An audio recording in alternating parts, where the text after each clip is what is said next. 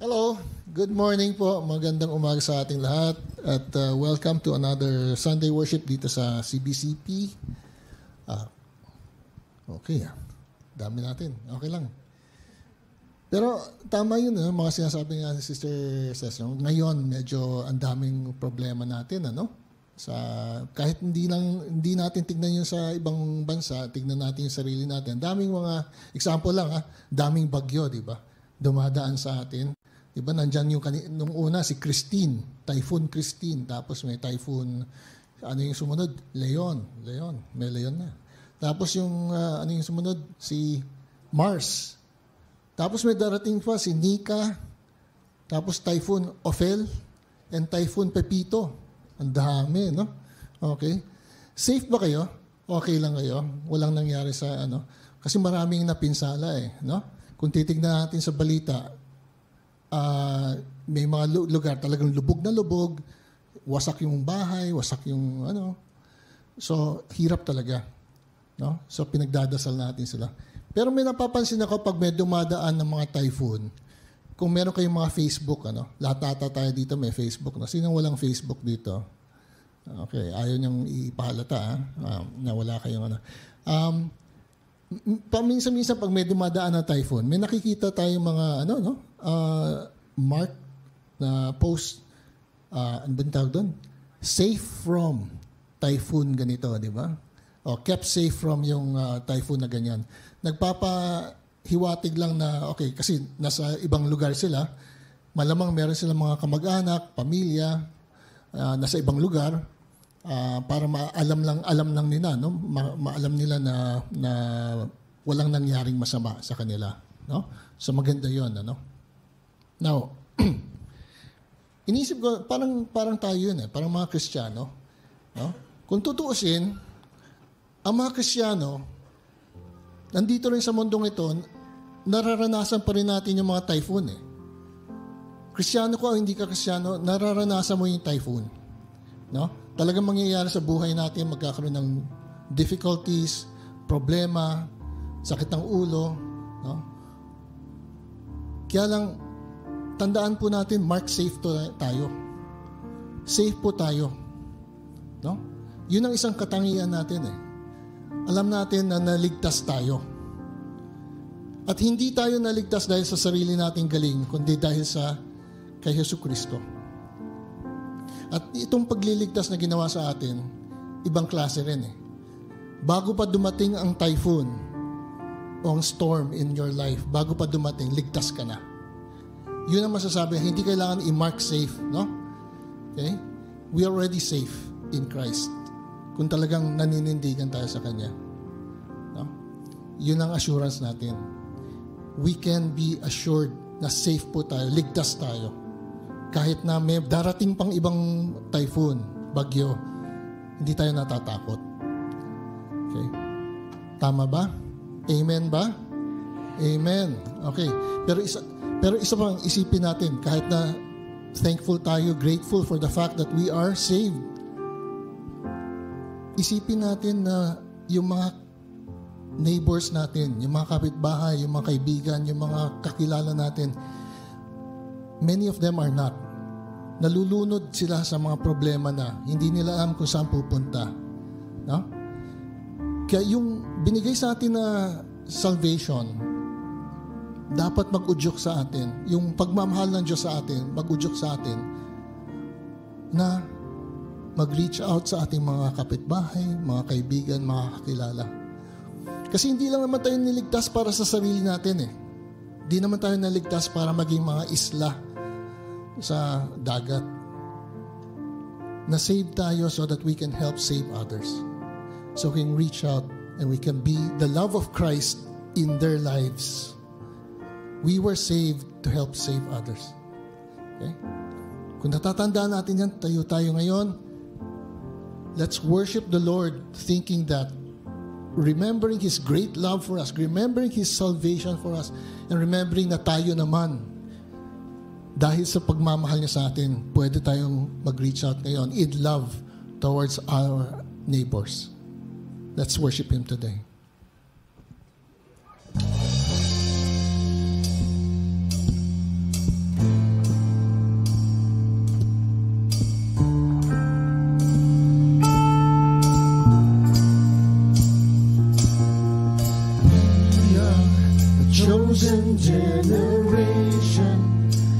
Rise up, holy nation. God, we live for you. You have called us out of darkness into light so glorious. God, we live for you.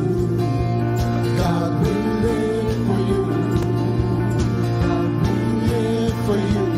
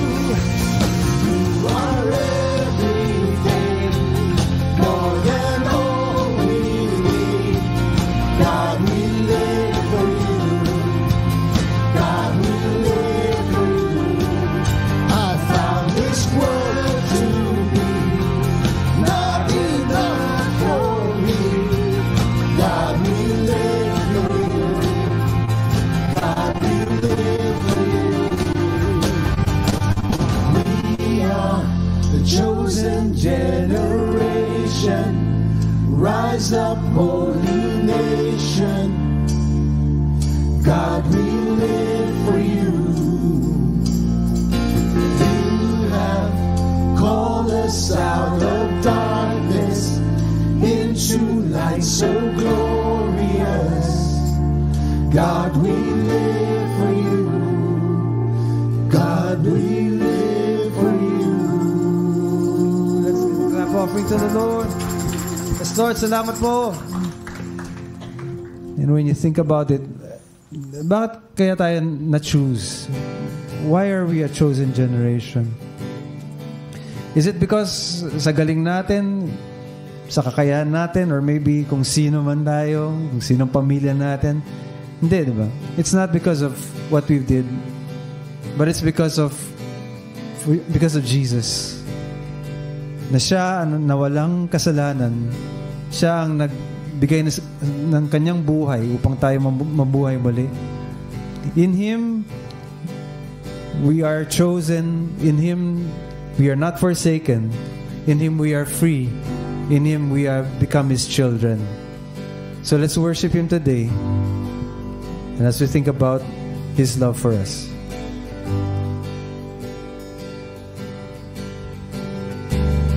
Who am I that the highest King would welcome me? I was lost, but He brought me in. Oh, His love for me. Oh, His love for me.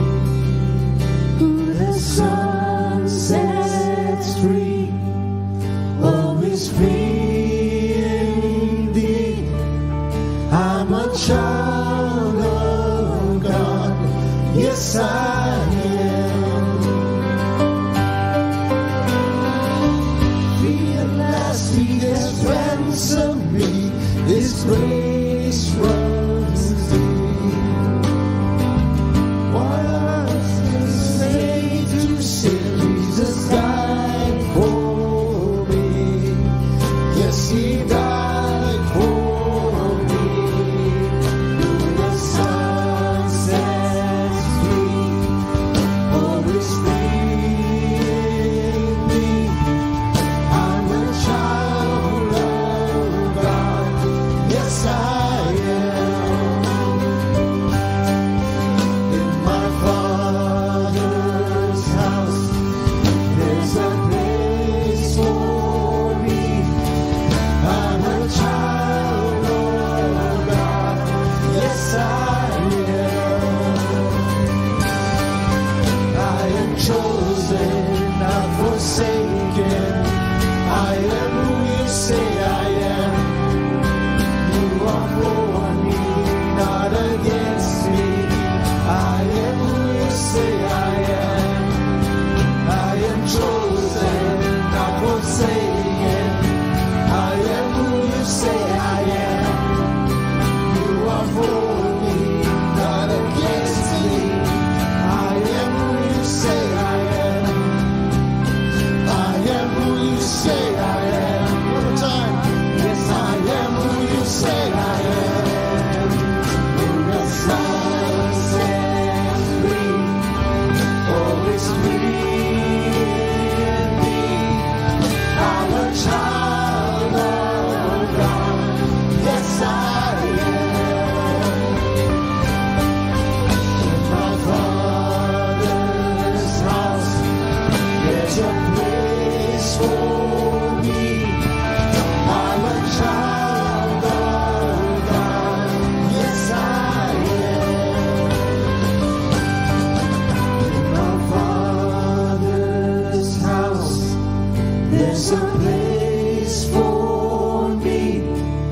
I'm a child of God. Yes, I am.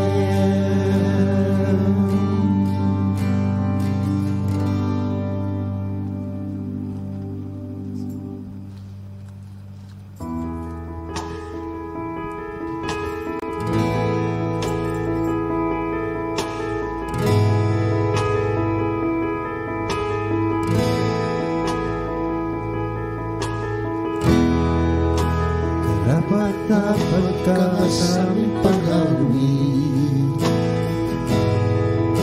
Karapat-dapat ka sa aming pagpuri. Ang buhay namin ay para lang sa'yo, tanging sa'yo.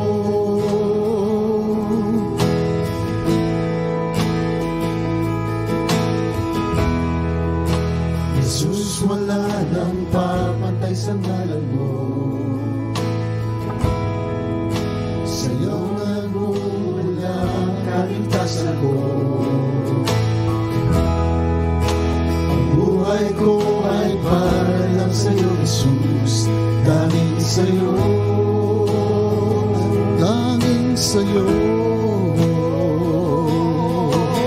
Oh Diyos, Ika'y walang katulad, wala lang higit pa.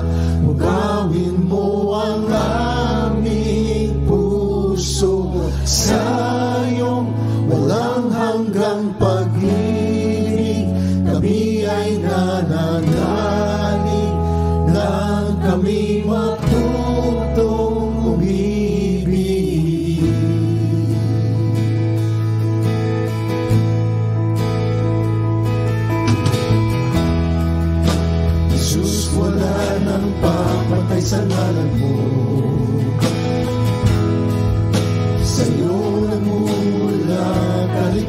ko. Ang buhay ko ay para sa'yo, Jesus. Tanging sa'yo, tanging sa'yo. Oh Diyos, ika'y walang katulad, wala nang hihigit pa. Bukawin mo ang aming puso sa'yo, walang hanggang pag-ibig. Kami ay nananalig nang kami matutong umibig. Ikaw ang tangi kong sandigan, di matitinag kailanman, sa iyo ako nagtitiwala. Ikaw ang tangi kong sandigan, di matitinag kailanman, sa iyo akong magtitiwala. Kay tapat at di nagkukulang, ikaw ang tangi kong sandigan, di matitinag kailanman, sa iyo ako'y magtitiwala. Kay tapat at di nagkukulang, O Diyos, ika'y walang katulad, wala nang hihigit pa. Gawin mo ang aming puso sa'yo, walang hanggang pag-ibig. Kami ay nananalig nang kami matutong umibig. Ikaw ang tangi kong sandigan, di matitinag kailanman, sa'yo ako'y magtitiwala. Kay tapat at di nagkukulang, ikaw ang tangi kong sandigan, di